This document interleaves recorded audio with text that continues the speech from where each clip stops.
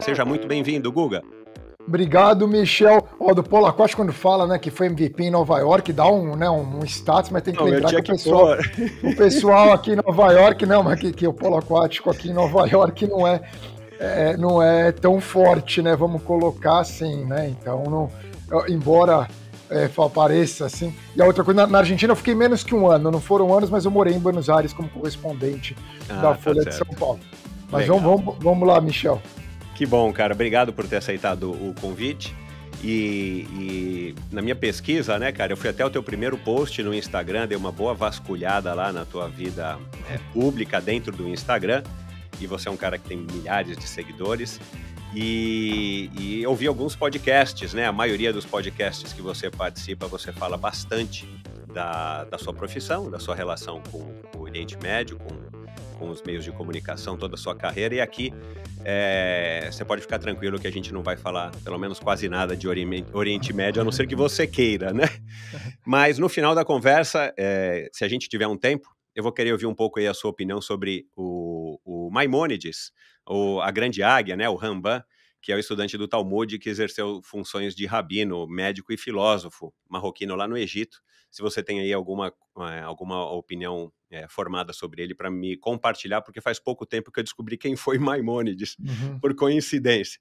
Mas eu também não vou falar do seu cabelo, porque todo mundo te pergunta do cabelo e você não precisa justificar que você foi pego agora de surpresa na nossa conversa com o vídeo, né? Já que o Sarrante falou que era um podcast.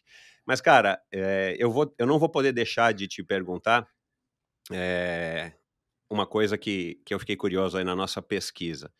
Você tem mais orgulho de ter sido homenageado com um boneco de Olinda ao lado do Gerson Camarote ou de ser prima da Miss Líbano 2015?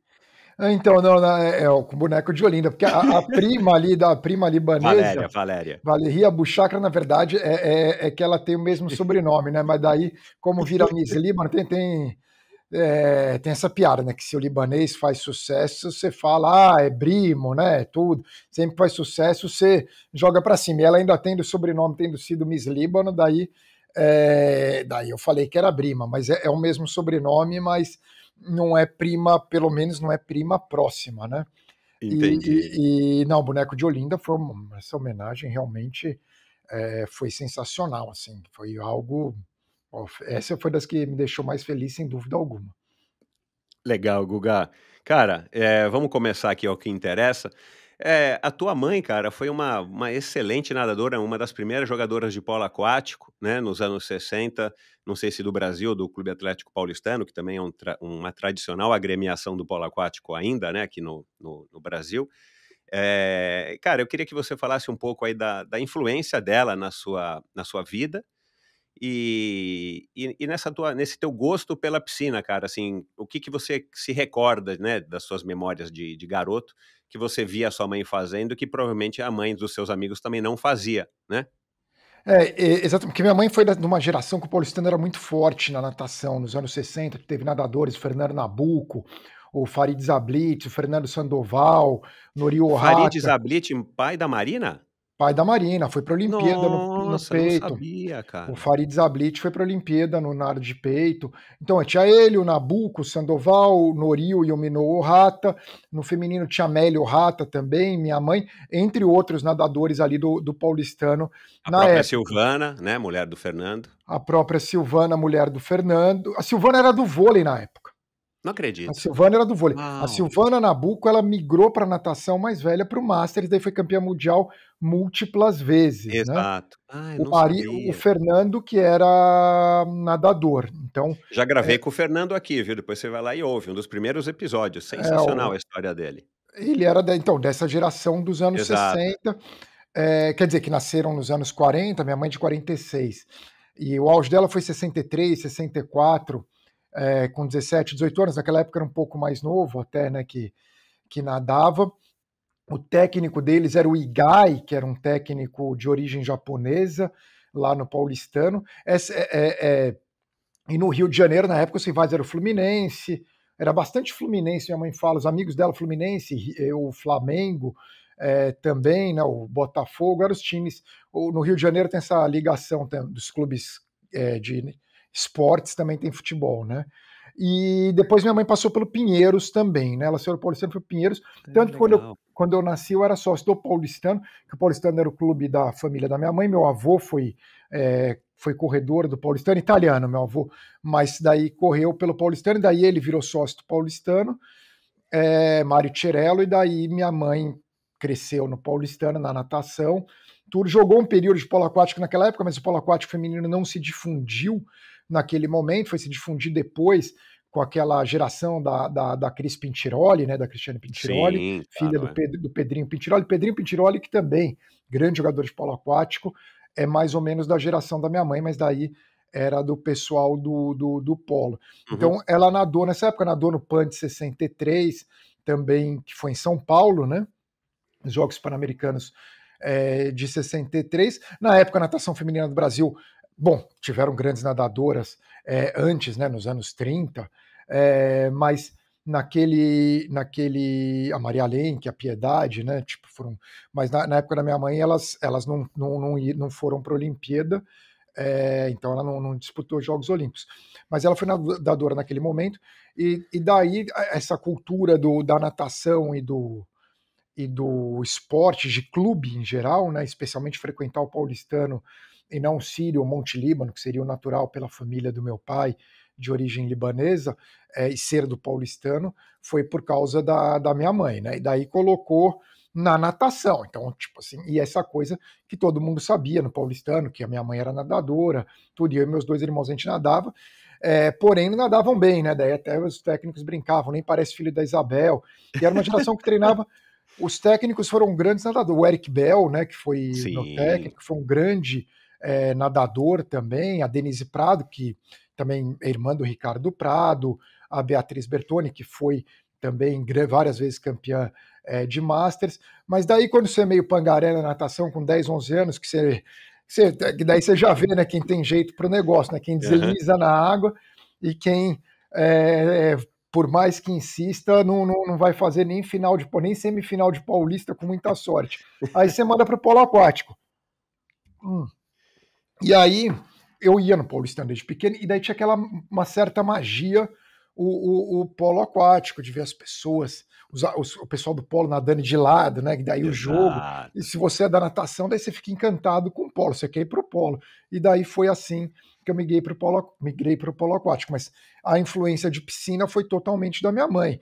Em clube, você sabe como é, né, Michel? Você tem a turma do tênis, que em geral são famílias que sempre jogaram tênis, você vai para o tênis, que é um esporte difícil, um esporte individual, e que naturalmente a maior parte das pessoas mais perde do que ganha, afinal, na primeira rodada, metade dos participantes já são eliminados. Você tem a turma do futebol, embora eu seja fanático por futebol, eu gostava de jogar quando era bem novinho, futebol de salão, mas não era da turma do futebol. Tem o pessoal do basquete, tem o pessoal da natação polo aquático, né? Que quando é mais novinho é natação, e depois fica o polo e a natação, daí dá uma divisão, né? Mas é mais ou menos, essa foi a grande influência da minha mãe, de ter essa cultura e de ser, né? Eu sou fanático pelo paulistano. Tipo, meu. Fala, se tem Paulistano e Palmeiras no basquete, eu sou paulistano. Entendeu? Que legal. No futebol, eu sou Palmeiras, lógico. Que legal. O Guga, você pegou a fase do Potro, do Bel, você já falou do Comini, você foi treinado pelo Comini, pelo alemão. O Potro é mais velho do que eu, né? Então o Potro é da minha geração, tá certo. O Potro é mais velho, que é irmão do Luiz Fernando, né, do Horse, que foi do Banco Central, Luiz Fernando Figueiredo, que foi casado com uma amiga minha que trabalhou comigo na Globo News, né, com a Thaís Heredia. Mas ele não era mesmo. E o Eric é mais velho também, assim como o Rodney, irmão dele, Rodney Bell, que foi grande jogador da seleção brasileira de polo, também é de uma geração mais velha. Os Comines, aí eu conheço bem todos, né? Todos. O Paulo, o Banha, né? O Dado, né? E o Ozzy, né? Quem me deu o treino foi o Ozzy, que é o mais novo. Que depois foi pro jiu-jitsu, que era a banheira no polo, né? Que é o centro, assim como o irmão mais velho, o Cominão, que a gente chamava de tio, né? O Cominão, daí joguei no Masters e tal, ele sempre estava lá. O Dado deu treino para o meu irmão e depois ele voltou da Itália, tudo, que ele foi um grande jogador de polo aquático. Ele e o Eric Borges do Pinheiros, aquela Sim. geração. E daí eu sempre encontrei com ele, foi nesse ano, lá no Paulistano, encontrei com ele e com o Tony, que era do Harmonia, também Tony Costa, que também jogou na seleção, mas eles são mais velhos. O Dado é 10 anos mais velho, que ele é 66, o Tony é 67, o Potro acho que é 69, o Rodney é 69, o Cominão acho que é 60, eu sou 76, né? Então, eles são de uma geração anterior. E é engraçado que você sempre vê eles, mesmo depois que você fica velho, você vê eles como mais velhos, né? Você ainda é calouro mesmo já, né? Cucureba. Continua mais novinho ali. Então você treinou com o Aleminha, o filho do alemão. O Aleminha era 77 do Pinheiros. O alemão, esse sim. O alemão, João Alexandre Meyer Flug, foi a pessoa que, depois do meu pai e da minha mãe, claro, mas a pessoa que mais me criou, né? Que legal, então, eu tinha uma proximidade muito grande com o alemão, de brigar e fazer as pazes e tudo. Você sabe até uma coisa engraçada do alemão, uma história que é bem a cara do alemão. Ele queria, em julho, fazer uma viagem para jogar polo aquático para a Europa. A gente era do Paulistano, tudo. E aí foi chegando julho, só eu e o Sarhan, que a gente que concordamos, que falamos que iríamos, né? E daí teve que cancelar. Daí ele juntou todo o time na arquibancada lá e falou: quando eu dava treino no Harmonia, eu levava 20 jogadores lá para a Europa para viajar. Venho para esse clube de falido, só 2 turcos. Você acha que vou eu, alemão, com 2 turcos? O Guga e o Coruja, né, o Sarhan, com esses 2 terroristas lá para a Alemanha. Ele falou: você tá louco, né? Então é assim, a cara dele, claro que tudo em tom, quem não conhece, mas tudo em tom de gozação. Era um paizão o alemão, dava apelido para todo mundo. Você chegou a treinar polo, não? Não, eu joguei dos 13 aos 18 pelo Pinheiros. Que daí você foi pro triatlo. Depois eu fui pro triatlo, mas eu sou 69, né? Eu sou dessa geração do Potro. Daí tinha o COI também. O Paulinho, o Carotini, o Stefanoid. Você era do Pinheiros, Sempre fui do Pinheiros, aquele paulistano é o Rodney, que era o craque lá do 69, né?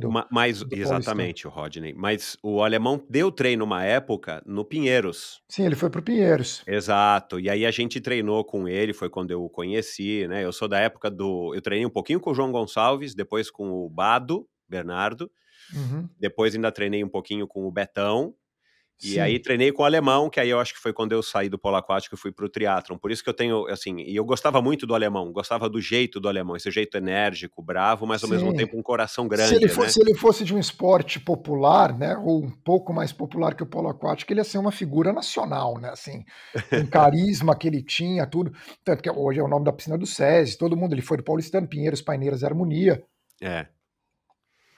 Então ele marcou época. E no triatlon você é da geração do Butenas, então, né? Exatamente da geração. Butenas deve ser 68 e eu sou 69.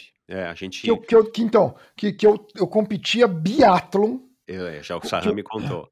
Quando o Butenas começou a dar treino de triatlon no Paulistano, e daí ele organizava uns biatlons no Paulistano, e eu competia no Pinheiros também, mas era aqueles biatlons de clube, né, que você nadava... Exato. Eu não lembro qual que era, uma distância... Acho que era 500 e 3.000, alguma coisa assim. 503, eu acho que era 503. Então, foi logo naquele comecinho, 1990, 91, que estava difundindo, né, começando a onda do short triatlon e tal. Daí, na época... daí, como eu jogava polo, a gente corria no treino de polo e tal, e eu era mais magro e tal, daí eu era melhor na corrida, inclusive, né, do que na natação. Eu ia bem na corrida. A disciplina do polo aquático era uma coisa que você curtia ou você era daquela turma dos indisciplinados? Não, eu gostava, eu nunca não faltava em treino de jeito nenhum. Eu adorava polo aquático. Polo aquático, assim, você tem a coisa do gol, né, de fazer gol, como no futebol. Então você tem a coisa do time, e eu acho fundamental isso, né? Que num time você tem o titular, você tem o reserva, te prepara para a vida. Você tem um chefe, que é o técnico. Um chefe, você tem a hierarquia. a hierarquia dos caras mais velhos, né? Que você tem que. Então, quando você chega no universo de trabalhar tudo, você tem que entender que existe as pessoas mais velhas que você precisa respeitar. Até porque na nossa geração, tipo, no serviço militar é algo que você não faz tudo, mas você aprende isso daí, mas também a coisa, sabe, de lidar com pessoas diferentes no polo aquático. Claro, todo mundo ali do clube, mas pessoas com diferentes ideologias, com diferentes interesses, mas que tem aquela coisa da hora que junta o time, de perder junto, né? A coisa de perder, eu acho, às vezes, e de ganhar, claro, obviamente, mas o perder te ensina muita coisa. E diferente que eu falei do tênis mais cedo, no tênis você tá perdendo, você perde sozinho. E você ganha sozinho também. No polo, não. Então é sempre aquela coisa, sabe? Daí quando você perde, daí culpa o goleiro e culpa o cara que tomou a virada na banheira, foi expulso, sabe? Mas você vai desenvolvendo para a vida. Então eu era nessa época bem mimado, mascarado até, e isso me ajudou pro futuro a baixar mais minha bola. Então, assim, mas eu acho que o principal é de respeitar hierarquia, assim, de entender, sabe? Essa coisa que muito jovem você tem que entender, assim, se você está no banco, tudo bem, você fica no banco, vou entrar de titular, enfim. Então eu acho que isso é super importante, assim, o polo ajudou bastante, mas especialmente com o passar do tempo, que eu era muito mascarado na época do polo aquático. E daí, com 14, 15 anos, mas daí fui baixando a bola com o passar do tempo. Foi tomando corretivo não somente da vida, mas na piscina, né? Ali naquela disciplina. E coisa que se aprende também, né? Que eu me achava que eu jogava polo bem com 14 anos, eu lembro, que eu era o melhor do time da minha idade, do paulistano. A gente foi fazer um amistoso no Rio de Janeiro contra o Guanabara. E que o Guanabara tinha um jogador que é o Kiko Perrone, da família Perrone. Que família lenda. O irmão dele é o melhor jogador do mundo atualmente, Felipe Perrone, levou a Espanha para ser campeão mundial esse ano, né? E daí falavam do Kiko. E o Kiko era do meu tamanho, então não tinha aquela coisa de dizer que o cara é grandão, toma bomba, sabe? Aquelas desculpas que se arruma. E o Kiko era o melhor que tinha. E daí o Kiko acabou comigo no jogo. Tipo, era infinitamente melhor do que eu. Não existia, assim, a menor possibilidade. E daí você vê e fala, puta, não dá. Tipo, você fala, meu, o cara é muito melhor. Você percebe, fala, meu, eu sou uma enganação. Porque tem um cara que é, sabe, isso sim é. E claro, naturalmente, o Kiko foi ser capitão da Espanha no polo aquático, foi capitão do Brasil também, jogou no Barcelona há 10 anos. E levou o irmão para lá, o irmão mais novo, e o irmão virou o melhor jogador do mundo. Então, aí você aprende, né, que você tem que baixar a bola, mas me ajudou muito nessa coisa do polo aquático, assim, pela questão dos amigos, que fica para sempre, tudo. A questão da rivalidade é legal, que você falou que você é do Pinheiros, né, e embora eu fosse sócio do Pinheiros também, né, além do paulistano, eu vi o Pinheiros, assim, era o Corinthians. E o Paineiras era o São Paulo, na minha cabeça. Assim. Exato, O Bauru era o Santos, Hebraica era a portuguesa, que eu gostava da Hebraica. Assim, eu não tinha... Mas o Pinheiros era, assim, para mim era uma... Paulistano e Pinheiros, que hoje, claro, não tem, mas você sabe bem como foi no passado, que depois o Paineiras, claro, cresceu, tudo, mas o Paulistano e Pinheiros é uma rivalidade esportiva de décadas, né, que foi muito forte no passado, e com outros clubes acabaram, né, decaindo no polo, ou até desaparecendo, Tietê, no caso, o Espéria decaiu muito, essa coisa dos clubes do começo do século, o SPA, que nunca desenvolveu um polo aquático no clube, sim, foi mais para o rugby, né?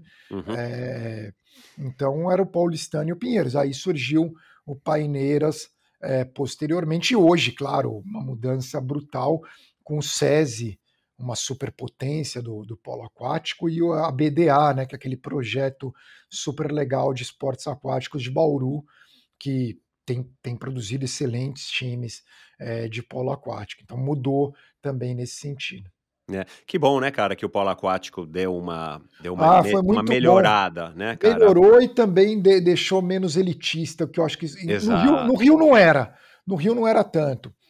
mas em São Paulo era um esporte elitista e hoje ainda bem que não é mais, é um esporte muito mais diverso e com jogadores cada vez melhores. O Brasil, claro que tem a dificuldade da falta de intercâmbio, né, para jogar com clubes europeus, não tem aquela tradição de uma Hungria, de uma Sérvia, de uma Croácia, mas tem evoluído bastante.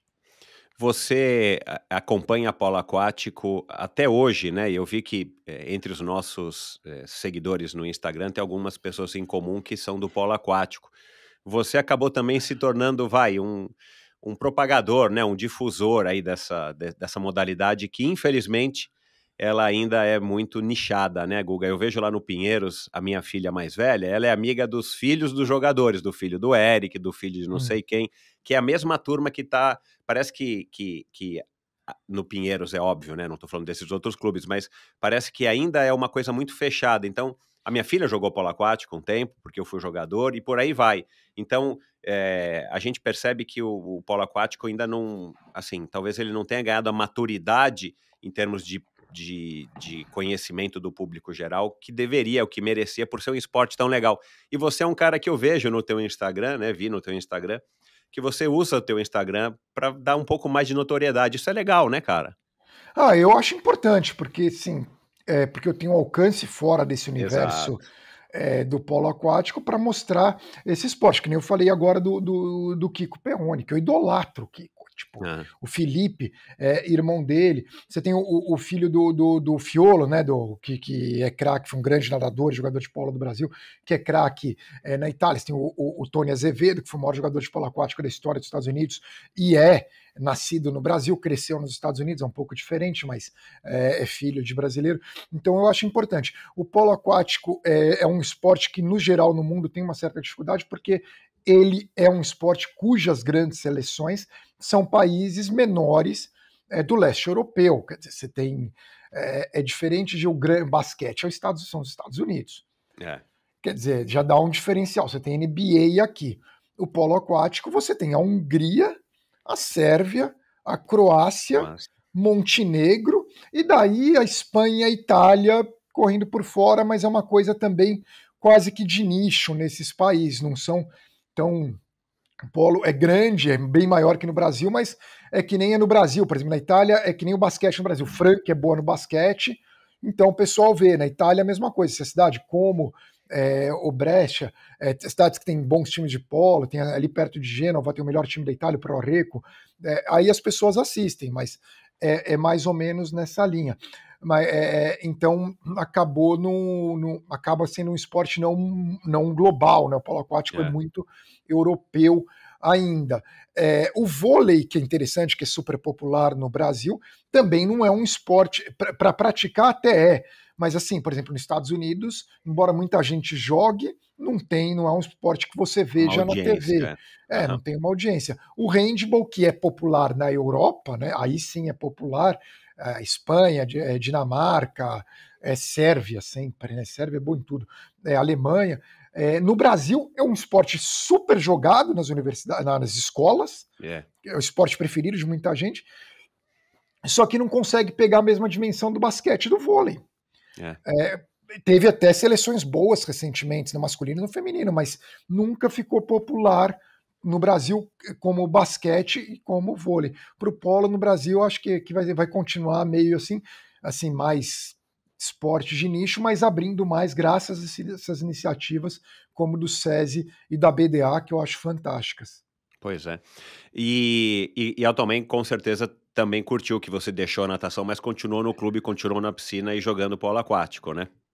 Sim. Depois do polo eu voltei para natação no Master. Sim. Ela sempre gostou disso, sempre teve orgulho ali que a gente continuou. Meus irmãos também jogaram polo quando eram mais novos, gostam de nadar. Meu irmão mais velho nem tanto, mas o do meio também gosta de nadar, tudo. Então ela fica feliz por isso. Legal. Cara, e depois eu descobri que você, nessa fase, né, você tinha casa em Juqueí, né? E você frequentava muito Juqueí. E lá você também começou a pegar esse gosto pela natação no mar, já que tem, né, para quem não conhece, tem as ilhas ali na frente, é uma distância completamente nadável, né? Não é uma coisa super exagerada. E o Sarran me disse que você era meio que um delegadozão lá de Juqueí por uma época, né? Não, meu avô era o delegado de Juqueí. Meu avô comprou a casa em Juqueí nos anos 50. E ele acabou mudando para lá, italiano, do lado da minha mãe. E acabou mudando para lá, para Juqueí. Ele era o xerife lá, né? Que começou tudo, mas não era delegado oficial. Você era o filho do xerife, o neto do xerife. Eles desbravavam. E minha mãe, como ia desde pequena, ela nadava muito de Juqueí para as ilhas, voltava. Que legal, e eles têm também, eles batizavam as famílias, tanto de Juqueí como do Montão de Trigo. Eles têm até hoje muitos afilhados na Ilha do Montão de Trigo, então tinha essa coisa de nadar. E tinha até uma travessia na Barra do Una, antigamente, que minha mãe acabava ganhando tudo. E daí, quando era adolescente, com o Sarran, inclusive, adolescente, começo da juventude ali, da faixa, nessa época do polo, a gente fazia muito, a gente ia de Juqueí para ele, porque na época tinha menos barco lá, né? Exato, então, hoje em dia você tem que nadar bem cedo e tem que tomar muito cuidado, de preferência com um caiaque do lado. E mesmo com a boia sinalizadora, não dá. Não. Para ir para a ilha, esquece. E daí a gente ia para a ilha, ou eu pegava e ia para o lado, para a Barra do Saí. Uma vez eu fui à noite, eu fui várias vezes para Barra do Saí, mas eu fui uma vez à noite até a Baleia. Caramba! Até a Baleia. Meu. E a gente andou, porque aquele mar de verão parado, né? Quente, Quer dizer, podia acontecer alguma coisa, porque ali não chega a ser mar Mediterrâneo, né? Mas é bem tranquilo aquele mar, aquele litoral no verão, né? No verão. Se não tem onda. Claro, para Maresias já fica complicado, Cambori já é outro. Mas aquele trecho de Juqueí Barra do Saí, as ilhas, a Ilha das Couves, elas dão uma bloqueada, né? Da Baleia até Juqueí. Então nadava muito lá, daí eu adorava, mas ia porque eu gostava ali da coisa de nadar. Então. Ia no esquema polo aquático, sem óculos e tudo? Uma época, eu demorei para começar a usar óculos. Eu comecei a usar óculos lá para os 18. Antes eu não usava, porque o óculos na época não era tão bom, né? Não, e no polo aquático a galera não usava, aí você também não usa, né?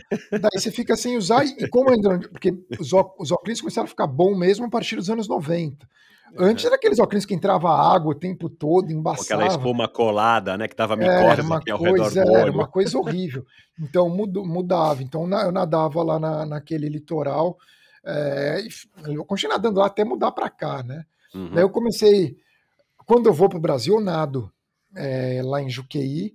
Só que daí o que eu faço, eu vou para o mar muito cedo, 6 da manhã, depende da época do ano que amanhece, mas na hora que está amanhecendo, antes do sol levantar, coloco a boia sinalizadora e nado beirando a praia.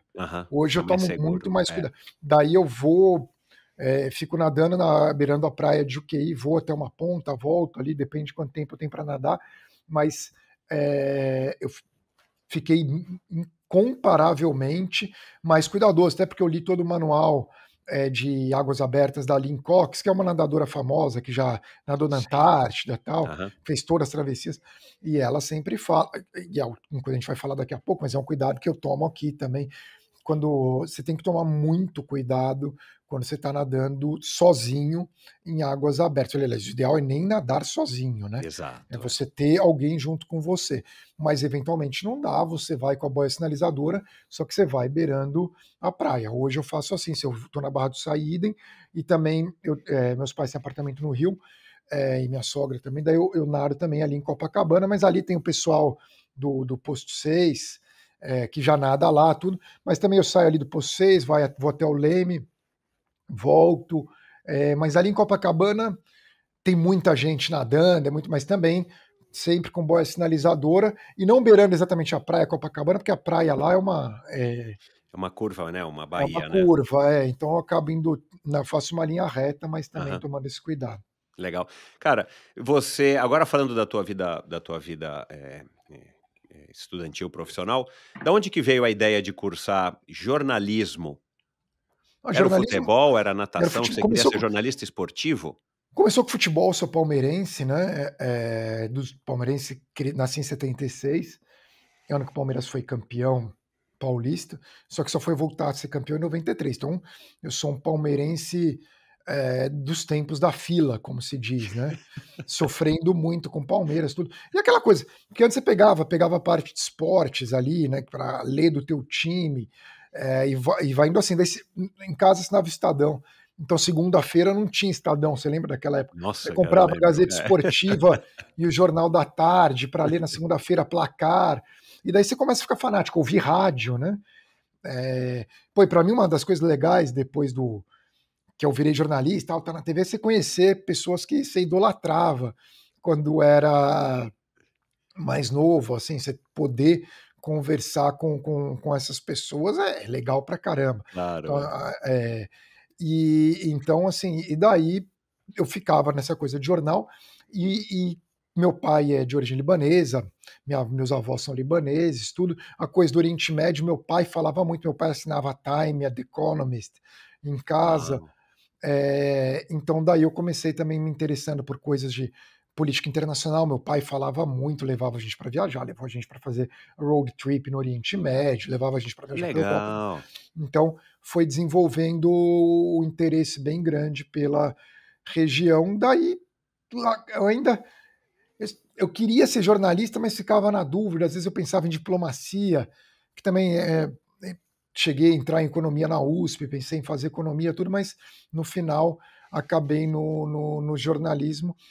Pensei em ser acadêmico também, mas acabei no jornalismo, porque acho que até o que eu levava mais jeito mesmo era jornalismo. Então foi desse jeito que eu acabei chegando. O teu pai, ele é imigrante Não, veio meus do Líbano? avós. Ah, tá. Meus E teu pai avós. já era brasileiro, Meu pai é nascido aqui. brasileiro, nascido no Entendi. Brasil, Mas ele médico. fazia questão de endocrinologista, né. Por acaso eu É, conheci um casal de senhores que foram tratados pelo seu pai. Olha que coincidência, quando eu disse que eu ia gravar com você. Agora, o teu pai fazia questão de, enfim, de reforçar esses laços culturais com as origens dele. Isso é comum em quem tem origem tanto síria quanto libanesa, né, tem um apego muito forte pelo país, né, assim, Aham. seja pela comida, seja pelo orgulho. Você deve ter muitos amigos, assim, as pessoas de origem libanesa, eles têm a bandeirinha no carro, a bandeirinha É. do cedro, tem um orgulho muito grande. O que talvez seja diferente em relação a outros amigos meus que são de filhos e netos de imigrantes, é a questão da parte, daí vem eu e meus irmãos, assim, de querer saber mais da política libanesa, a política do Oriente Médio. Então, assim, eu tinha muito interesse nessa parte de ir para o Líbano, tudo, enquanto outros têm mais uma. Tem muitos que são que nem eu também. Alguns não, alguns têm o orgulho, assim, mas é uma coisa assim mais cultural. Falar, meus avós, sou a família de Zahra, ele fala da comida, mas não tem essa curiosidade tão grande em relação ao Líbano atual. É uma Aham. coisa mais do orgulho da origem Aham. libanesa. E outra coisa que pesa é que os libaneses do Líbano têm orgulho dos imigrantes no Brasil. Tem uma relação muito forte com o imigrante. Legal. Então isso talvez diferencie de outras comunidades que o pessoal do país acaba se distanciando um pouco, né? Não fica. Uhum. No Líbano, não. No Líbano, todo mundo sabe que tem um monte de libanês no Brasil, sabe os nomes, sabe assim? Então é mais forte, a relação continua muito forte. Você sabe que, curiosamente, eu tenho alguns amigos, libaneses, e eu tive na casa de um deles agora faz algumas semanas, e tinham 2 libaneses lá e eles estavam conversando, aí já logo descobriram que se conheciam, tinham parentes que se conheciam É, e tal. E aí o anfitrião trouxe da casa dele, a gente estava no salão de festas, um livro, eu não sei se você já viu esse livro, chama Heritage Wealth the Stone, que tem é. fotos das casas que pertenciam às famílias, porque tem alguma história lá, aí você pode talvez me explicar melhor, que as casas das famílias não podiam ser vendidas. Então, ele foi lá numa das páginas e achou a casa originária da família do sobrenome desse outro amigo que não sabia que existia isso. E eu vi que você parece que teus pais são de Rachaya, né? São de Rachaya. Teu pai e teus avós, né? Eu vi lá no teu Instagram. São- Provavelmente dá para você achar a casa Não, a gente original. sabe da casa. A casa, o negócio é o seguinte, que muitos quando saíram de lá, a casa automaticamente divide em todos os herdeiros. Então Ah, então é isso, daí você é. precisa pegar, juntar todos para Exato. a casa que era da família, daí tem da família da minha avó, família mais dos pais dela, Aham. tem uma família que mora lá hoje, mas a gente entrou para conhecer, Eu já fui algumas vezes para Arrascaia. E aqui era da família do meu pai, que daí fica na rua principal. Aí tem um primo de segundo grau do meu pai, que é médico também, e que daí conhece meu pai, quando a gente vai lá, tudo. Daí ele recebe, doutor Nabil Chakra. Uhum. Então ele que mora na casa. E tinha um correspondente do New York Times, o Anthony Shadid, que era correspondente lá no Líbano, foi correspondente no Washington Post no Iraque, ganhou 2 prêmios Pulitzer, morreu cobrindo a guerra da Síria. Ele conseguiu, morando no Líbano, ele conseguiu comprar a casa da família dele e reformou todo, e fez um livro que chama House of Stone. E ele tem parentes no Brasil também, família Samara, que migrou para o Brasil também, então, que ele menciona no livro tudo. Ah, bacana. Cara, quantas línguas você fala, Guga? Não, falar bem fluente, que nem nativo, português, inglês e espanhol. Aí me viro no francês e sei bastante do árabe, né? Assim, não fluente. Não fluente. Eu sabia mais, sei conjugar os verbos, tenho um vocabulário. O problema é que eu estudei o árabe clássico, né? Não clássico, Modern Standard Arabic, que é o árabe escrito. Sei. Só que não é o falado. E depois eu comecei a treinar, a migrar pro falado, que varia de lugar para lugar, né? Então, o dialeto levantino, que é o do Líbano e da Síria. Mas isso eu estava melhor quando eu estava lá, 2009, né? Desde então já era. Total. Até porque não é o mesmo que o escrito, então não tem nem como ser. E a outra coisa que tem aqui no Líbano, assim, quase todo mundo que você vai conversar fala inglês ou francês. E então. E até os jornais, até vou mostrar aqui, ó. Por exemplo, eu assino estava até lendo essa matéria. É o L'Orient Today, né? Que é o L'Orient Le Jour. Ó. É um jornal do Líbano, eles têm a publicação tanto em inglês, que é L'Orient Today, quanto em francês. Então, sim, acaba ficando desse jeito. E eu ouvi, não sei se eu li ou se eu ouvi em algum podcast, alguma entrevista com você, que você disse que era um aluno ruim lá no Pueridomus da Jaculici. Péssimo. Cara, como é que foi esse processo para você ser um cara com essa memória e, pelo menos, do meu ponto de vista, você é um cara super inteligente, cara, porque o assunto que você trata, se você fosse especialista na política e nas relações, sei lá, Brasil e Estados Unidos, é uma coisa, pra gente tá um pouco mais próximo, né, e tal. Cara, mas você é do Oriente Médio, cara, uma região com diversos países, com diversas culturas, com histórias milenares, e, cara, e você cita, né, com essa facilidade que você tá falando aqui, inclusive, não só do Oriente Médio, mas também do polo aquático, dos títulos, do futebol, do Palmeiras e tal. Cara, você é um cara com uma memória privilegiada, né? Como é que você saiu de um aluno medíocre do Pueridomus, que é uma escola boa, era uma escola boa, né, pelo menos, para se tornar um cara assim, cara, tão versado nesses assuntos que são complexos, né? Olha, eu acho que primeiro eu sou da geração X, né, como você, né? A geração Baby Boomer, as escolas eram mais rígidas, eram mais sérias. Quem nasceu na geração X pegou um momento, especialmente naquele período da democratização do Brasil, tudo, e que se valorizava muito a liberdade, né? E que os pais nossos, que vinham ali nasceram na geração Baby Boomer ou um pouco antes, eles davam uma liberdade maior, que eles passaram para aquele momento de movimento hippie e de tal, né? Então, era um momento que você largava os filhos ali, ia para o clube e tudo, e ficava uma coisa assim, as escolas acabavam sendo, não é que era menos rígidas, mas era um momento diferente, e que também naquele momento em São Paulo, não vou dizer no Brasil todo, o Rio de Janeiro sempre teve aquelas escolas Santo Inácio, São Bento, escolas bem... Mas em São Paulo era um momento assim que ninguém julgava a pessoa mais inteligente ou mais burra por ser boa ou má aluna. Isso era muito comum na época. E tinha até a coisa que o cara repetia de ano, que é algo assim que seria impensável nas gerações anteriores. Uma pessoa reprovada era algo muito sério. Enquanto na nossa geração um reprovado não era o fim da carreira, mas que seria aqui nos Estados Unidos ou na Europa, em muitos lugares. Um cara repete de ano. No Brasil não era. essa coisa, inclusive ser expulso de escola. Você deve ter muitos amigos que foram e que também se deram super bem posteriormente na vida. Até porque existia a coisa do cursinho para o vestibular, não é como nos Estados Unidos que você faz o application. Uhum. Então, você ficava com aquela coisa e falava, vou chegar no cursinho e estudar. Muitos acabavam não estudando, mas eu cheguei no cursinho e estudei muito, assim, a coisa da competição e tal, e eu sempre lia jornal, gostava de ler jornal, lia livro, tudo.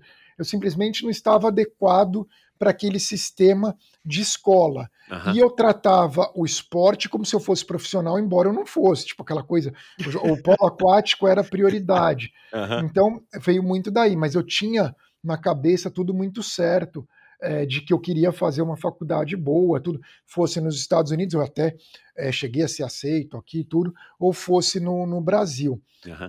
Então foi daí que. E daí, depois da faculdade, depois eu estudei aqui, fiz mestrado na Colômbia, tudo foi se encaminhando. Hoje houve uma mudança no Brasil, que a geração de pais, que seriam os pais da geração X, que agora tem os filhos da geração Z, o millennial, não sei dizer direito, millennial é a transição, né, da X para Z.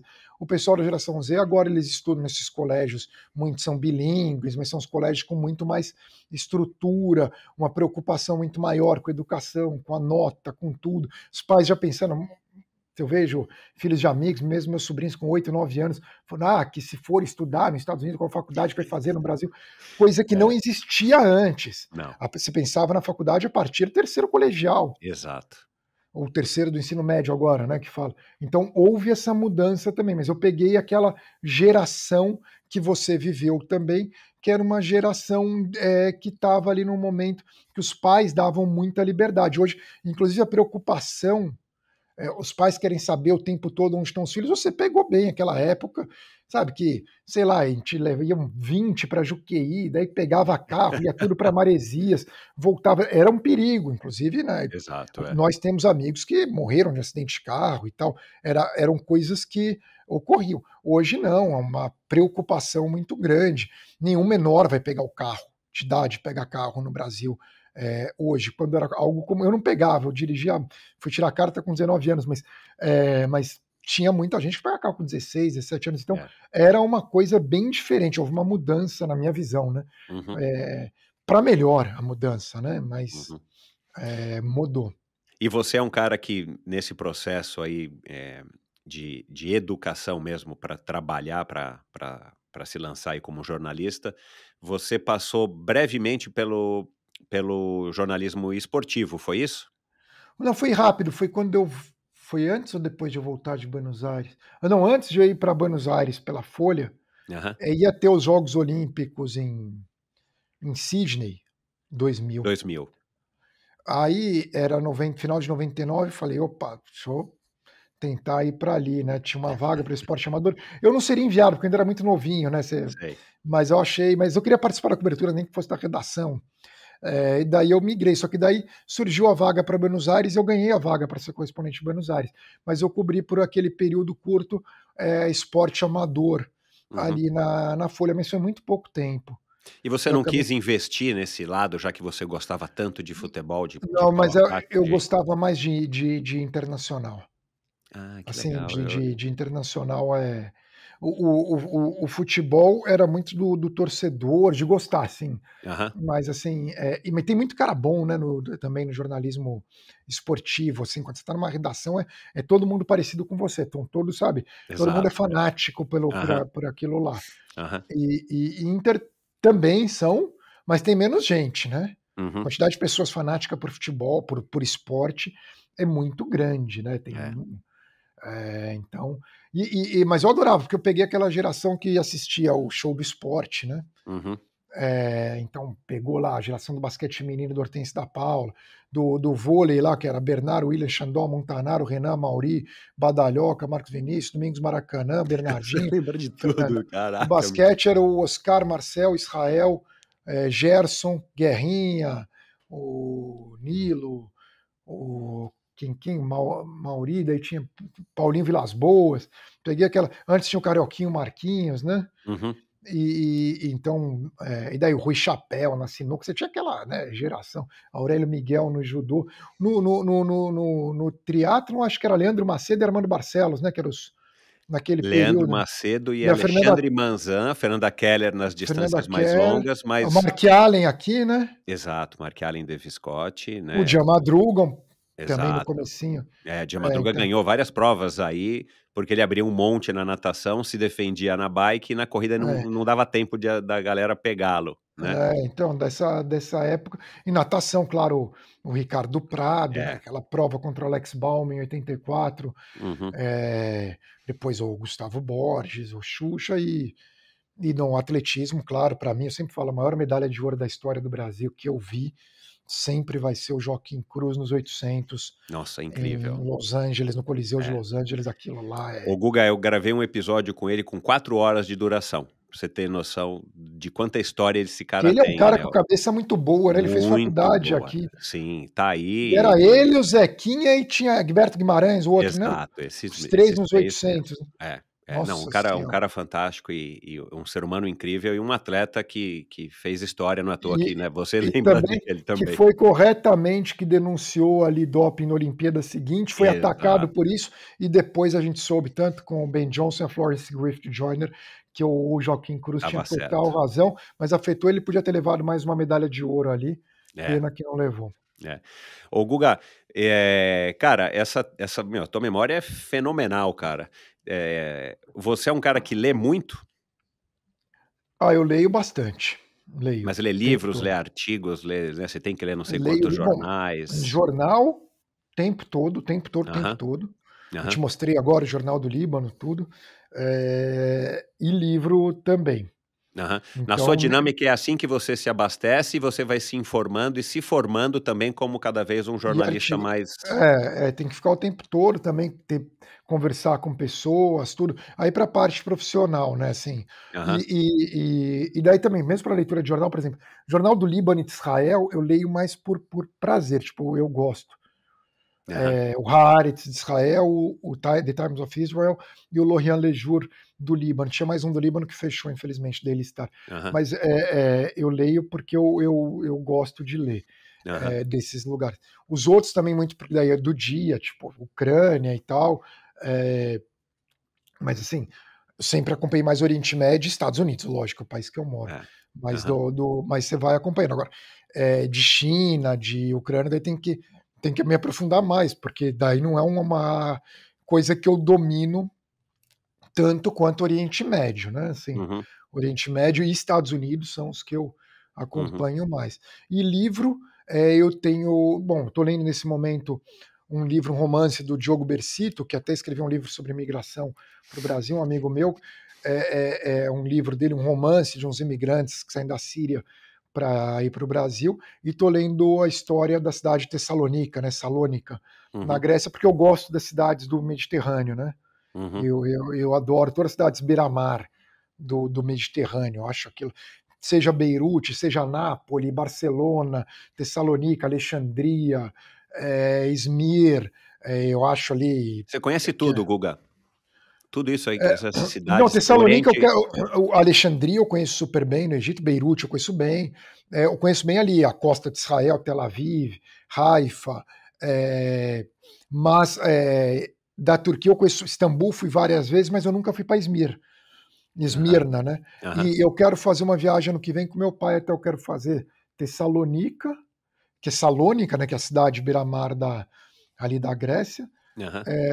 Esmirna, na atual Turquia, né? Izmir, que era Esmirna, Beirute e Alexandria, se der encaixar Tel Aviv. Mas que eram cidades as cidades levantinas, né? Que tinham a mistura de judeus com armênios, com cristãos grego-ortodoxos, que é a origem da minha família, Uhum.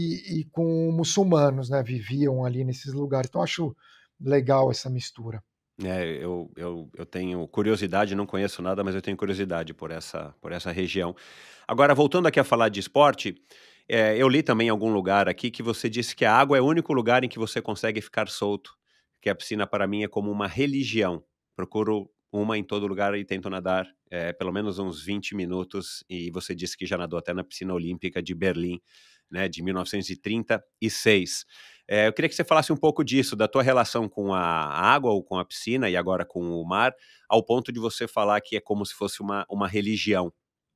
Então, assim, e tem mais gente que eu até conheci o Pedro Junqueira, junto com o Diamadru, que é um nadador de águas abertas no Rio, que ele é igual. Tem muita gente que gosta de nadar que tem uma coisa, existe um nadador é o César Cielo, é a Ana Marcela, é o Gustavo Borges, isso é nadador. Assim como o surfista, oficialmente, é o Gabriel Medina, ou o Ítalo, sabe, ou o Felipe Toledo, ou o Mineirinho, enfim, esse é o surfista. Existe aquela pessoa que ama pegar onda, que não vai fazer aquelas manobras absurdas, tudo. Existe a pessoa que ama nadar, assim como tem o pessoal da corrida, né, que quer correr maratonas. O Dr. Drauzio Varela é um exemplo desse, que quer correr maratonas. Não vai ganhar uma maratona, e eu sou como essas pessoas que amam pegar onda ou que amam correr maratona, só que direcionado para natação, para nadar, né?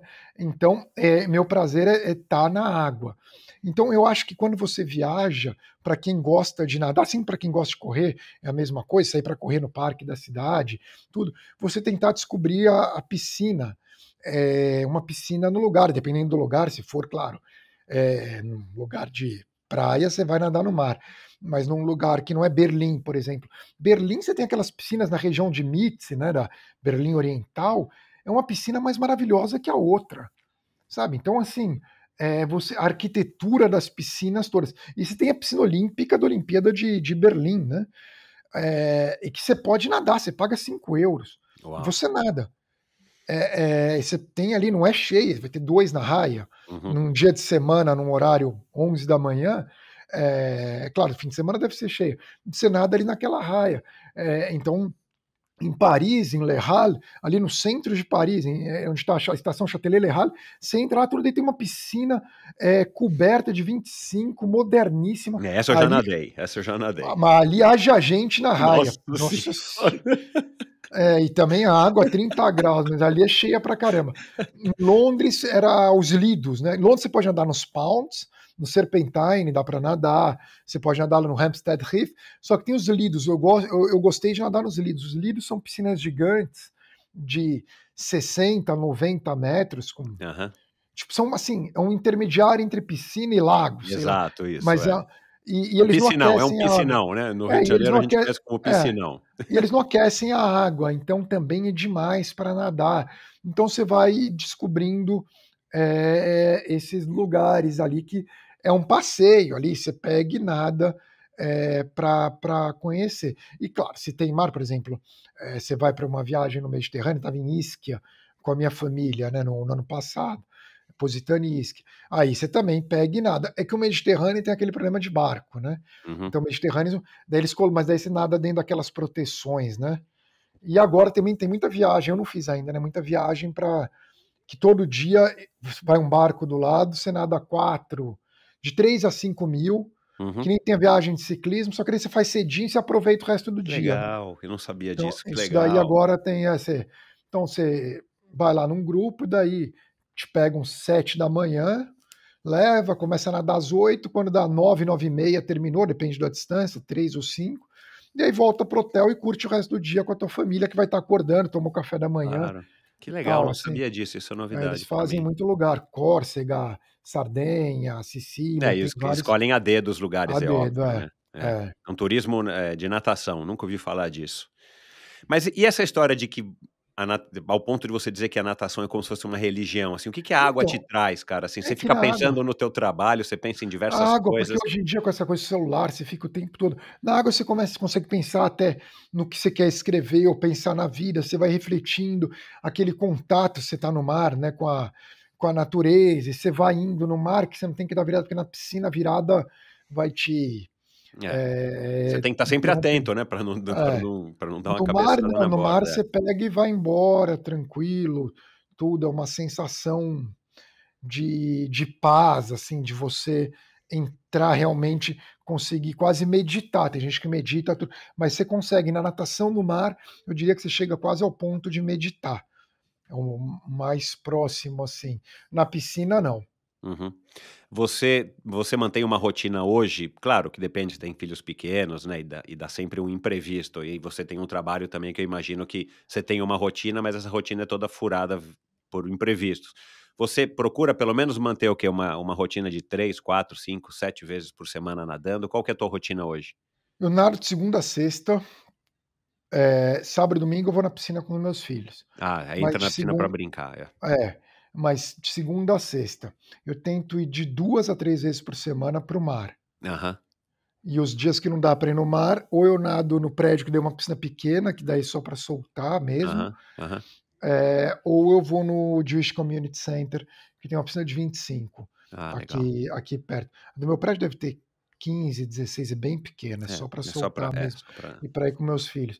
E daí eu acabo fazendo bastante borboleta, porque daí não precisa girar tanto a cabeça, né. Eu adoro nadar bastante borboleta em piscina. E de onde que veio isso, cara? De Eu vi também borboleta em algum piscina post da de Bia piscina pequena, Bethany. de piscina pequena, de piscina pequena. Nadar crawl em piscina pequena enche o saco, porque você aí o borboleta pelo menos é como sabe, como se você estivesse fazendo um exercício de sofrimento ali, sabe, pelo menos você vai sofrendo.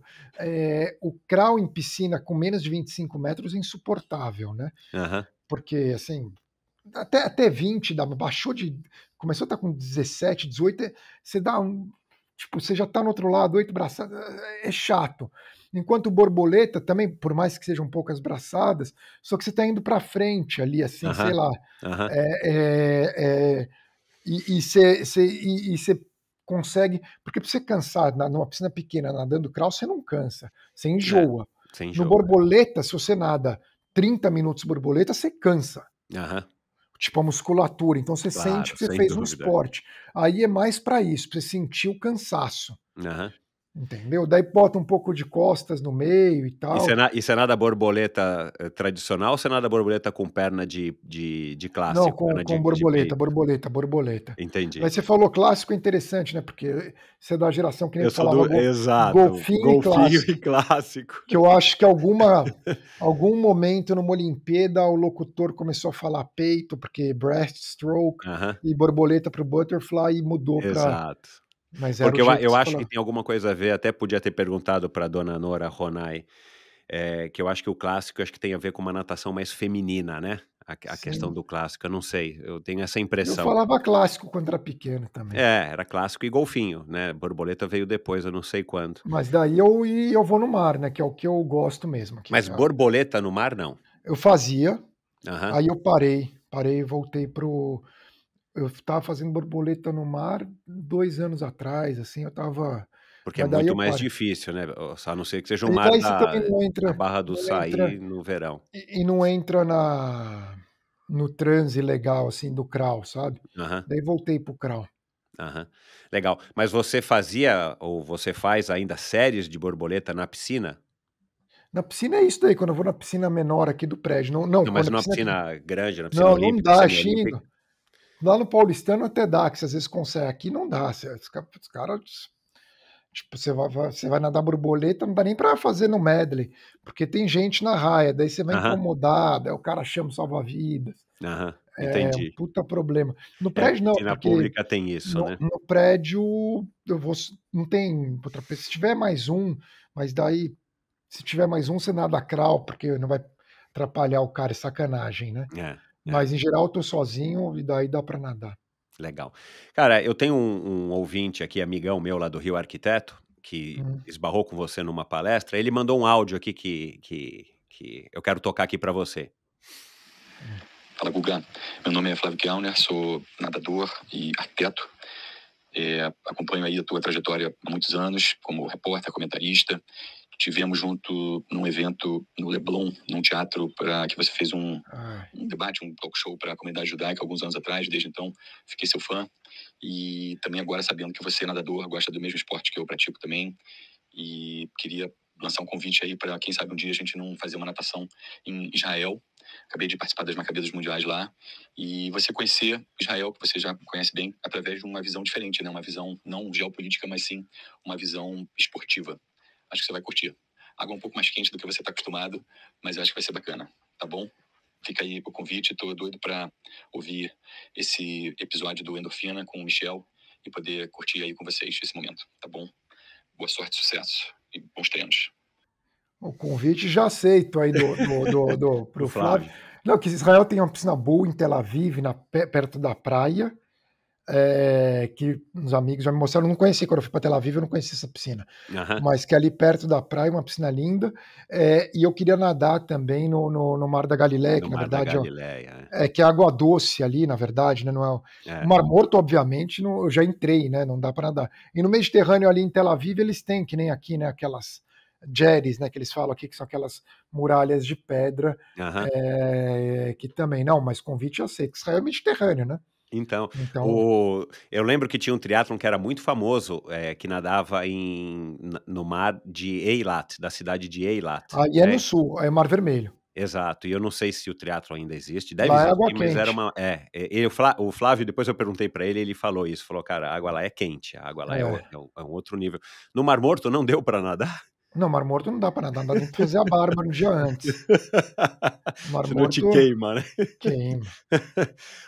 Qual que é essa tua relação, cara, com essa cultura judaica? Você disse também em algum lugar que você pratica o Shabá semanal. Não, o Shabá não pratico o Shabá, que nem o Shabá religioso deles, não, mas é que eu tenho muito amigo da comunidade judaica pela questão do Oriente Médio, tudo, e eles acompanham bastante, acabei desenvolvendo uma relação muito próxima. Também moro aqui num bairro judaico liberal de Nova York, né?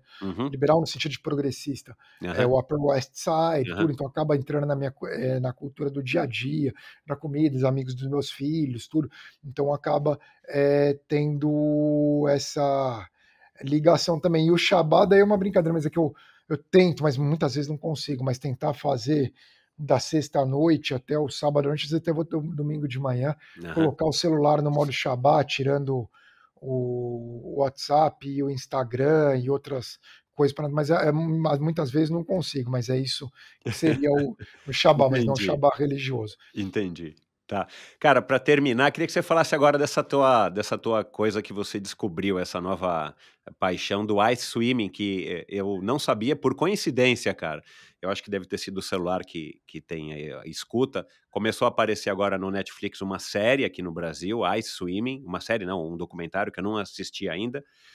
E aí eu já tinha visto alguma coisa de natação no gelo, mas eu não sabia que, inclusive, estão tentando, talvez, em algum momento, transformar numa modalidade olímpica de inverno, né? Eu te mandei o link depois, que acho que foi o Flávio que me mandou. Queria que você falasse disso, cara, porque é uma coisa tão fora do padrão, né? Assim, principalmente pra gente que tá no Brasil, né, cara? Olha, o ice swimming é o seguinte. Bom, eu comecei a ir nadar lá em Brighton Beach, que é a praia, aliás, falando em mais relação à comunidade judaica, é uma praia com uma população judaica muito grande, mas judeus da ex-União Soviética, né? Ucrânia, Rússia, Geórgia, enfim. Eu comecei a nadar lá durante a pandemia, tudo, e daí você vai começar a ficar amigo das pessoas que vão nadar lá, tudo, e eles me falaram que eles continuavam nadando no inverno, tudo. Eu falei, mas como que faz com a temperatura? Você vem de roupa de neoprene? Eles falaram, não, você continua vindo sempre, que seu corpo vai se adaptar à medida que a temperatura vai baixando. À medida que a temperatura vai baixando. E eu continuei indo, e daí você vai indo, e vai baixando, né, tipo, 16, 14, 12, enfim. E você continua conseguindo nadar, é muito interessante isso. Vai reduzindo a distância, obviamente, né? E daí, quando chega janeiro, fevereiro, você está nadando com água a 2, 3 graus. Caramba, meu. E do lado de fora, a temperatura que for. Claro que daí você evita em dias de vento. Porque piora muito. Vento ou pior. E daí você tenta, não interessa a temperatura externa. Se está sem vento e o céu tá azul, pode ir. Sabe assim? Porque vai estar gostoso. Aí como funciona? Você chega lá na praia, você marca com outras pessoas, né? Tipo, tem um grupinho. Que faz. O teu sea box lá, né? Aí você chega lá, daí vão ter lá mais uns 4, 5.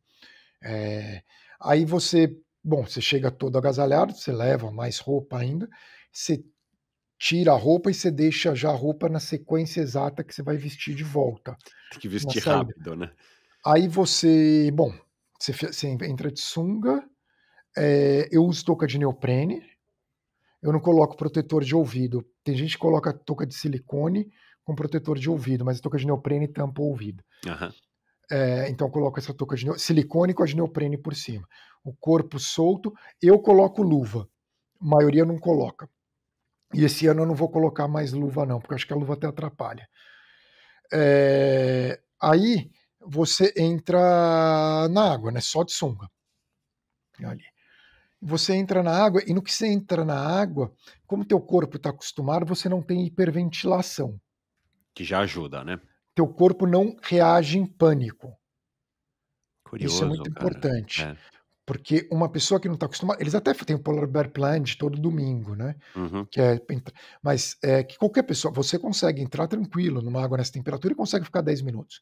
Uhum. O problema é que teu corpo vai reagir com violência. Uhum. E dependendo da pessoa, a violência, se a pessoa tem alguma situação cardíaca e tal, você não sabe que ponto que pode ser essa violência.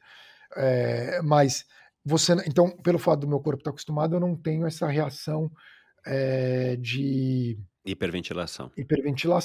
Então você entra, daí você vai abaixando o corpo assim, daí você começa a nadar. O corpo daí anestesia quase que imediatamente, que é aquela sensação de você colocar o gelo no corpo. Uhum. Então você não sente frio. A sensação de frio não existe. Para baixo de 10 graus você já não sente frio. De 10 graus a água. Para baixo de 5, de jeito nenhum, assim. É automática anestesia. Uhum. Então, você começa a nadar numa sensação diferente e começa a liberar muito químico, assim, sabe? Uma coisa... Você fica numa sensação muito gostosa. E daí você vê aquele sol do inverno, sabe? O mar, tem pássaro, você tá ali, aí você tá numa relação, essa coisa da religião, da natação, ali você tá num outro planeta mesmo, sabe? Com toda aquela sensação. O problema é que depois de alguns minutos, a mão e o pé, eles começam a virar blocos de madeira, vamos colocar assim. Você para de sentir. Aí começa a ficar perigoso. Mas você consegue, dá pra ir, tem cara lá que vai até 25 minutos. Caraca, meu. E que a prova oficial, né, de um ice swimmer é o Ice Mile, né, 1 milha nadando. Eu já vi o cara nadando no Ártico, sei lá onde. Você tem o Ice Key, né, que é 1 quilômetro. 1 quilômetro dá para fazer. Eu já nadei 15 minutos, assim, mas não deu 1 quilômetro. Uhum.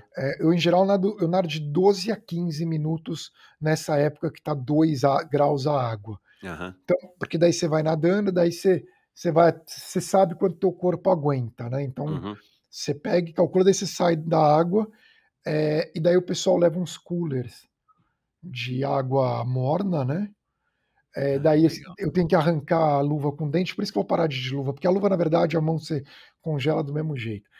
Aí você coloca a mão ali para voltar a sentir a mão, você fica andando cambaleando, porque o pé você consegue andar, mas tá dormente. E aí você vai colocando a roupa, né? A última coisa que você tira é a touca. Então você coloca uma camisa térmica, camiseta térmica, daí uma camiseta, uma malha, um moletom, aí um moletom com pelo dentro, aí coloca o dry robe, sabe? Com bastante pelo, aí tira o maiô, coloca a cueca, coloca cirola térmica, coloca uma calça de moletom com pelo. Tem que ser, você não pode ter nada que seja de zíper nem de botão, porque tua mão não funciona. Tua mão funciona assim, a mão tá aqui, você consegue fazer a alavanca, mas ela... Perde o tato, né? Perde o tato. Então você não consegue fechar uma calça jeans. Impossível. Imagino. E tênis também não dá. Então daí eu coloco 2 meias bem fortes e enfio na sandália. Na Birkenstock. Do ponto de vista físico, não é uma coisa que te extenua. Você nada na sua velocidade máxima? Você faz algum tipo de aquecimento, fora uns polichinelos antes? Faz no pau, mas é a atividade esportiva do dia. É a atividade esportiva do dia. É no pau. Porque não dá para fazer depois de ter nadado os 3.000 na piscina, falar, agora eu vou lá fazer um ice swimming. Não dá. E fora que é tudo na praia, demora para chegar, 1 hora para chegar na praia. Ainda tem isso. E você tem que se trocar na praia, tudo, volta cheio de areia, é tudo muito... É um processo ultra complexo. Mas fisicamente você se sente muito mais extenuado do que nadar 1.000 numa piscina Muito qualquer. mais, Muito mais. muito mais. Não, e daí quando você termina, daí você tira a touca, você coloca o gorro, você já tá de luva, né? Aham, Coloca uma luva bem forte, cachecol, aham, e aí você fica ali tentando se aquecer, o pessoal leva água quente ou chá. Eu tomo depois um café na Starbucks ali, tipo, aham. que é perto, que você chega do lado do metrô. Mas daí você fica se movimentando um pouco e você fica tremendo muito, né? Ah, fica tremendo muito. Só que daí você fica no grupo, você só vai embora ali mais ou menos assim, quando você vê que a tremida já tá diminuindo. Fica todo mundo Porque tremendo lá na borda da fica, na fica, praia. fica, fica Cara, quem tremendo. passa e olha não acredita, né, cara? E daí você tem o snow swimming, né? Aham. Que eu não fiz, eu já nadei com neve na praia, mas não no momento que estava nevando. Esse Nevando. ano eu quero ir. Porque daí tem que encaixar o dia, você tem que. Porque é o dia que vai nevar, né? Na hora Exato, que vai nevar. exato. E daí envolve, sei lá, o dia da semana que é, de trabalho, tudo você tem que. Mas esse ano eu quero dar um jeito de ir. E Uhum. daí eles nadam na hora que tá nevando. Até te mando os Eu vídeos quero. que mostram os caras Caramba, que. meu. E nada na hora da neve. O mar fica bem. O mar no inverno em geral, porque é uma baía, mas ele fica muito liso. É muito Uhum, gostoso o mar. E uhum. daí você nada na hora que tá nevando. Então. E o procedimento é o Caramba, mesmo. Assim, para se entendi. trocar tudo. Tem gente que vai de carro, né? Então ainda pega e já sai do carro só com dry robe, e daí volta para o carro e se troca no carro com aquecedor. Com O aquecedor. dry robe tem que ir, né? Aham. Para segurar esse trecho ali. Que também vai, se o dia que tá nevando, tem que ver também se não vai estar com muito vento. Porque nevando não pode ser nevasca, né? Não, É porque aí tá tudo nevando. aí também tá feio, tá horrível, tá E é ventando, perigoso. Não, é quando tá aquela neve suave, sabe? sei. Nevando assim. Aham. Que não vai, não é um risco, não tem risco nenhum, que as pessoas estão te vendo ali no mar, tudo. Então você tem isso daí. E daí tem um campeonato que eu vou, esse ano quero Você ir, né? vai Vamos, participar, tô lá inscrito, que em é lá em Vermont. Mas Quebec. daí Ah, em não, Vermont. é Vermont. É uma piscina no meio da neve, mas daí são provas, todos estilos 25, aí tem crawl 50, 100, 200. E eu vou nadar Ah, o que 25 legal. borboleta, 25 crawl e os 200 crawl. Caramba, cara, que legal. E qual que é a Então, previsão de temperatura da água?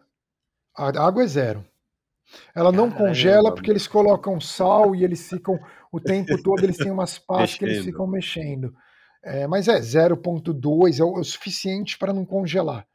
Caraca, Então, meu. Eu vou mas te também lembrar quando de me mandar algum vídeo, alguma coisa, cara, pra eu poder postar pra é galera que ver. quando baixa de 5, é isso daí, baixou de 5 já é uma situação assim, muda muito. Aí o interessante é que quando volta a subir a temperatura a partir de meio de fevereiro, isso é uma coisa muito interessante, que você, por exemplo, você nada uma distância muito maior na subida de temperatura, então quando está 10 graus em março, do que Ah, os tá. 10 graus de dezembro, porque Ah, tá, os claro. 10 graus, teu corpo daí, tipo, você aguenta o que for. É, você já Então, tá aclimatado e você tá indo cada e vez daí pra tá uma coisa subindo, mais e daí tá subindo. Então a subida é interessante. muito gostosa, além de ser a primavera, né? Que Aham. também. Porque o que acontece é que agora, por exemplo, a água ainda tá. Nadei ontem, estava 15. Uhum. Uau. Então ainda dá para nadar bastante, dá para nadar normal com 15, Uhum. né? É. 15 dá 1 hora e pouco, 1 hora e 10. Não faço mais 1 hora e meia com 15. Uhum. E daí baixando de 13, 12, aí vai cortando para 40, baixou de 10, aí já baixa para uns 30, aí já vai começando a calcular como fica. Agora tem uns dias assim paradisíacos, assim, sei lá, que por algum motivo uma sexta-feira faz em janeiro faz 16, 17 graus com sol. Aí lota de gente indo nadar, lota assim desse pessoal, aí vai Aham. todo mundo que gosta. Aham. Mas Tem é um muita grupo. gente, Guga? O grupo chama Coney Island and Brighton Beach Open Water Swimmers. Ao todo deve ter uns 200, só que nada no inverno. Deve ter durante a semana, uns 10 a 15, fim de semana, meio que mais uns 15, assim, que vão. Uhum. Tem Tem gente que algum não outro consegue. brasileiro lá? Tem um brasileiro que é do Cibos, amigo meu, Sidney Nakahodo, mas ele não fez o inverno, ele nada ainda só o Ah, tá. verão. Que o Tá. verão é o pessoal de Águas Abertas, que tem muita gente ali que faz grandes travessias, sei lá, tem um grupo que fez Gibraltar agora nesse fim de semana, tem gente que faz Canal da Mancha, tem um que nada lá que fez o Lake Ontário e de volta 100 Uau! quilômetros, mas aí é o pessoal que você tem, né, o pessoal de Águas Abertas top, né, o pessoal Uhum. que faz a volta de Manhattan, É. então tem esse pessoal de Águas Abertas distância, pessoal que daí prefere mais a água gelada, né, Uhum. que é um perfil diferente. O pessoal da água gelada não necessariamente é bom nadador. Eles são os mesmos do Polar Bear, né, só que Aham. o Polar Bear é só mergulhar na água e ficar, Aham. que é essa cultura mais popular que tem. O ice swimming de natação, aí é um grupo menor. Polar Bear no 1º de janeiro vão 1000 pessoas. Uau, cara, virou um É, ritual. que daí é um ritual de começo do ano. E todo domingo sempre tem um 100 ali, que é em Coney Island, que é junto, né, mesma praia, mas numa Uhum. outra parte. Guga, para terminar, se você pudesse escolher qualquer cidade no mundo para você morar, qual que você moraria? Independente, né, da tua família, enfim, assim, uma cidade que te dá prazer. Ah, eu adoro Nova York, tanto que acabei vindo morar, eh, aqui. Adoraria morar em Beirute dos anos 50 e Aham. 60. Na Beirute de hoje seria muito mais complicada, com família, mas para morar de vez, você perguntou? É, assim, uma cidade que você fala: "Cara, aqui eu moraria, mas não dá, porque, né, meu trabalho, ou meus filhos, né, a Ana talvez não se encaixe", mas para você, assim, uma cidade que você curte e que você moraria numa situação hipotética. Não, assim, as cidades que eu mais gosto, eu acho Juqueí. Istambul e Buenos Aires eu acho mágicas, eu Aham. adoro essas 2 cidades.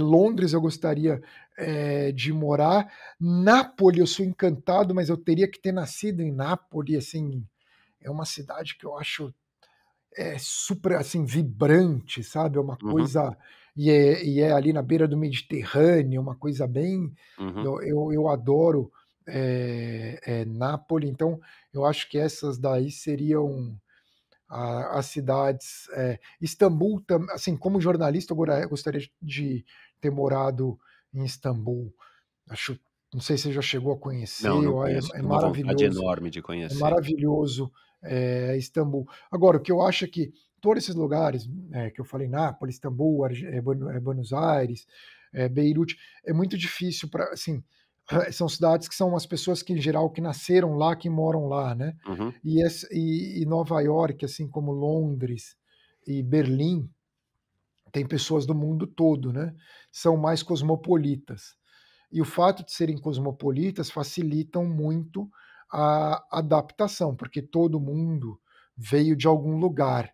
É Uhum. isso em especial Nova York e Londres. Uhum. E então eu acho que por esse motivo eu gosto de Nova York. Nova York, pelo fato de todo mundo ser de outro lugar e todo mundo ser estrangeiro, todo mundo consegue se sentir de Nova York quando vem morar aqui. Enquanto se você É. for Isso é morar importante, né.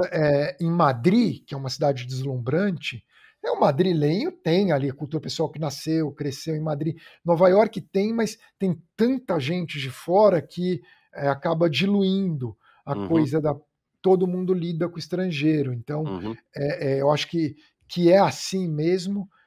Talvez São Francisco também, outras cidades americanas, claro, Miami, de uma certa forma, mas eu acho que Nova York, Londres, Berlim, para quem é mais jovem, né, Aham. são as cidades mais cosmopolitas e outras cidades, mais Genebra, enfim, você tem mas acho que Nova York e Londres acima de tudo.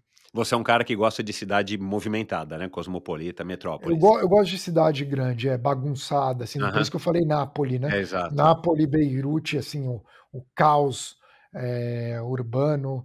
Nápole, fiquei encantado que eu via agora, ano passado, que eu vi lá os adolescentes, os jovens em Nápole, me lembrou muito São Paulo dos anos 80, 90, aquela bagunça, tudo, uma coisa menos internet, sabe, Aham. molecada na rua, aí você vê, se xingam, sabe, grupo de menino com menina, aquela bagunça, trama pelas ruas. Eu achei demais, uma coisa que eu não vejo tanto mais, em São Paulo, e eu via muito quando era mais novo. É, isso deve ter alguma coisa a ver também com a sua memória afetiva. É, Você fala disso, sim, eu também me recordo da minha infância, que a gente vivia na rua é. e tudo mais. Agora, o Anderson, que foi o ouvinte que agora finalmente me sugeriu você, eu falei, puxa, deixa eu ligar para o Sarran, cara, eu preciso gravar quer dizer, queria gravar com o Guga, tomara que ele tope o convite. Ele é um advogado lá de Manaus, ele perguntou quais 2 livros que você poderia recomendar, que na sua opinião valem a leitura, um sobre história, e se você tiver algum sobre esporte, já que você é um cara que fala tanto e entende tanto sobre esporte. Sobre história, romance ou... Ele falou sobre história. Sobre história geral, né? É. Aí acho que depende do lugar do mundo, né, que estivesse falando, né? Então, por exemplo, do Líbano, eu gosto do livro Beirut, do Samir Kassir, que até foi morto num atentado terrorista. Inclusive tem no fundo lá de algumas aparições que você faz no Globo News, né? Esse livro eu gosto muito. O romance que eu mais gostei é Museu da Inocência, do Orhan Pamuk, Nobel de Literatura da Turquia. Então, tipo, esse livro eu adoro. Então, assim, fica esses 2 de recomendação. Eu vou deixar até do que eu falei, a gente falou bastante de imigração, tudo.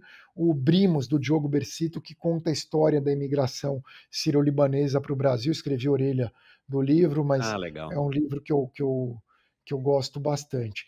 E de esporte, um que eu gostei muito é justamente da Lynn Cox, nadadora, Swimming to Antarctica. Que ela conta de todas as travessias dela, né? E ela atravessou o Canal da Mancha múltiplas vezes, ela fez o quádruplo até, né? Ida e volta, ida e volta.